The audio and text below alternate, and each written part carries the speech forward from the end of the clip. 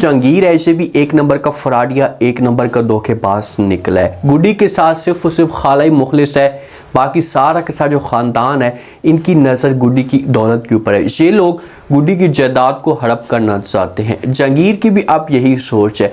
जहांगीर बाबा के साथ मिलकर उसको वार्निंग भी देता है, उसे डराता भी है कि भाई अगर आपने मेरी बात ना मानी तो लंबे अरसे के लिए आपको जेल हो सकती है। बाबा डर और खौफ की वजह से जहांगीर की बात मान लेते हैं। जहांगीर इससे कहते हैं कि भाई आप ऐसा करें कि गुड्डी को जहर दे दें, इसे मार दें, मारने के बाद इसे साथ वाले कब्रिस्तान में फेंक दे।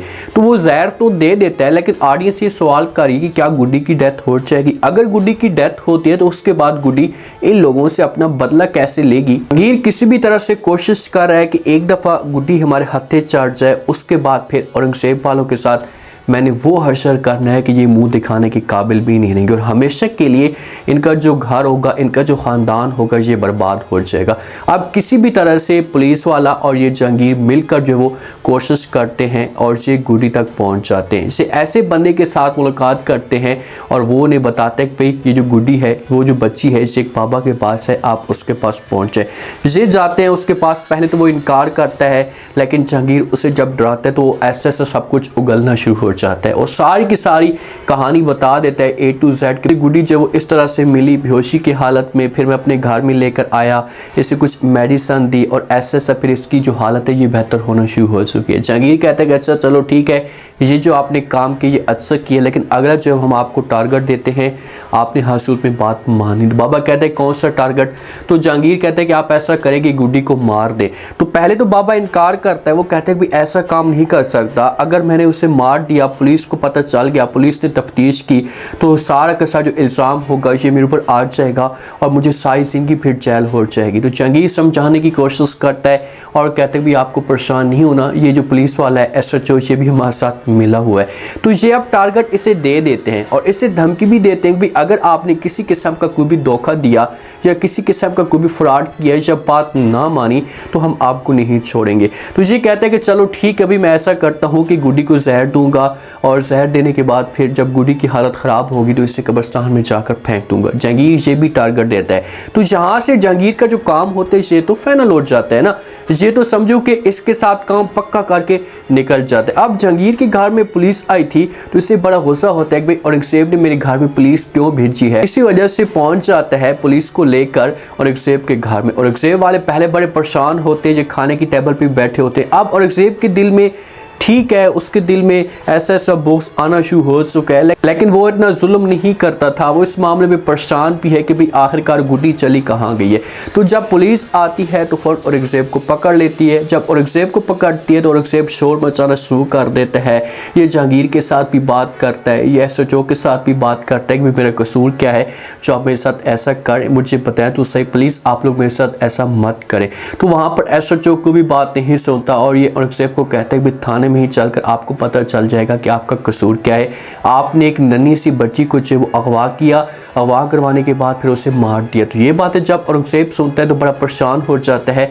इसे SHO को, जहांगीर को कहते हैं कि भाई ऐसा मैं कैसे कर सकता हूँ, मैं इतना जुल्म नहीं कर सकता, वो मेरी भतीजी है और मैं भतीजी को कैसे मार सकता हूँ।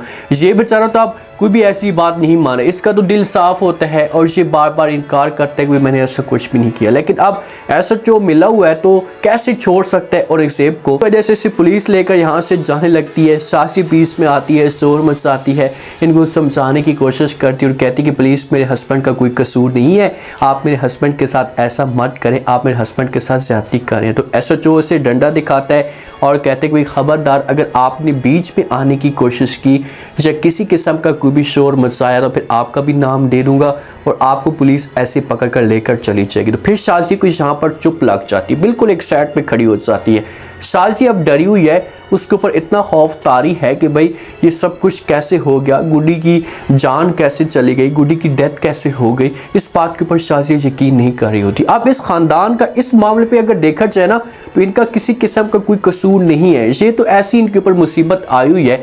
वो जो बाबा होता है वो अब जाता है गुड्डी के पास, गुड्डी को ख्वाब दिखाना शुरू कर देता है कि भाई बहुत जल्दी जब हम आपको खाला के घर में लेकर चले जाएंगे, इससे खाना भी खिलाते हैं। खाने के अंदर जहर मिला हुआ होता है है। जिस वक्त गुड्डी खाना खाती है तो उसके बाद गुड्डी की जो हालत होती है ख़राब होना शुरू हो जाती है और गुड्डी वहीं पर बेहोश हो जाती है। जब गुड्डी बेहोश होती है, इसके साथ स्वीटी को भी एक गट्टू के अंदर बंद करते हैं, एक बैग के अंदर, और उसे लेकर चले जाते हैं। रात का वक्त होता है और ये साथ वाले कब्रिस्तान में जाते हैं और जाकर जो है वो गुड्डी को फेंक देते हैं। और जब गुड्डी को फेंकते हैं साथ में स्वीटी को भी फेंकते हैं। अब अगर स्वीटी को यहाँ पर नहीं फेंकते तो फिर किसी भी तरह से गुड्डी की डेथ हो सकती थी, लेकिन साथ में स्वीटी मौजूद है तो ऑडियंस मुतमिन है कि भाई गुड्डी की कभी भी डेथ नहीं हो सकती। तो गुड्डी अब यहाँ पर पड़ी रहेगी, हालत इसकी बहुत ज़्यादा ख़राब होगी, लेकिन किसी न किसी तरीके से फिर इसकी जो जान होगी ये बच निकलेगी और ये अपने मुकाम तक पहुँच जाएगी।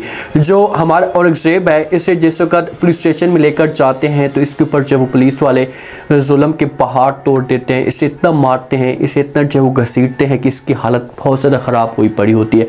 अब इसका पीछे से कोई भी ख़ानदान नहीं होता जो इसकी आकर सपोर्ट करता, जैसे मुश्किल से निकालता है। तो जहांगीर आता है थोड़ी देर के बाद, ये औरंगज़ेब के साथ बात करता और कहते हुए तुम इस बात को तस्लीम कर लो कि भाई तुमने जो वो गुड्डी को मारा है। तो आगे से औरंगज़ेब इनकार करता है। औरंगज़ेब समझाने की कोशिश करता है जहांगीर को और कहता है कि मैं ऐसा काम कभी भी नहीं कर सकता, अगर मैं ऐसा करने वाला होता तो कब का कर चुका होता, प्लीज़ आप जो मेरे ऊपर ये झूठा इल्ज़ाम लगा रहे हैं। ये बेचारा तो अभी इस बात को नहीं मारा, वो तो इनकार कर देता है कि भाई आप जो कुछ भी बोल रहे हैं सिर्फ झूठ बोल रहे हैं, मैं कभी भी अपनी भतीजी की जान नहीं ले सकता। अब क्या गुड्डी की डेथ हो जाएगी, या गुड्डी की अगर डेथ नहीं होती तो गुड्डी इस मुश्किल से कैसे निकलेगी और इसे अपनी खाला के घर में कैसे पहुंचेगी? ये पहले अपनी खाला के घर में जाएगी, उसके बाद फिर औरंगज़ेब के घर में जाएगी। लेकिन अब का जो सिनेरियो पैदा हो रहा है ना, इसे मुकम्मल तौर पर चेंज हो जाएगा। जब गुड्डी वापस जाएगी वहाँ पर औरंगज़ेब के पास, तो औरंगज़ेब के दिल में इतनी नफरत पैदा हो जाएगी, इसे गुड्डी के ऊपर इल्ज़ाम लगाना शुरू कर देगा कि भाई आपकी वजह से सब कुछ हुआ है। जहांगीर ऐसा क्यों करना चाहता है?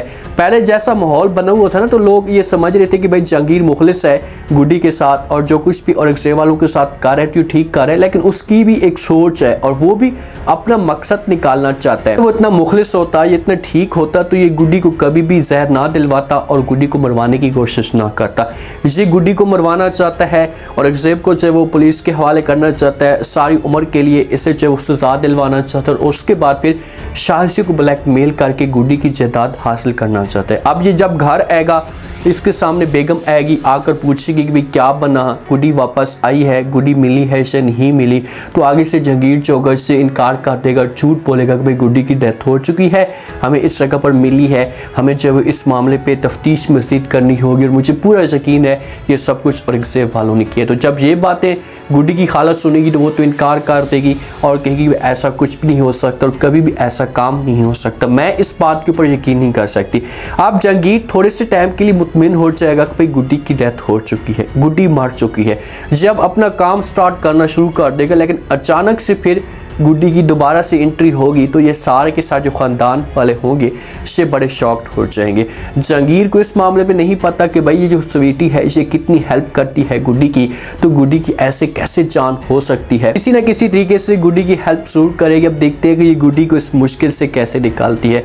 सारे के सारे ख़ानदान वाले जितने भी आसपास लोग होते हैं इसे सिर्फ और सिर्फ लालच की वजह से एक मासूम सी नन्ही मुन्नी सी बच्ची की जान लेना चाहते हैं अपना मकसद निकालने के लिए। उम्मीद है आज का रिव्यू, आज के टीजर आप लोगों को पसंद आया होगा।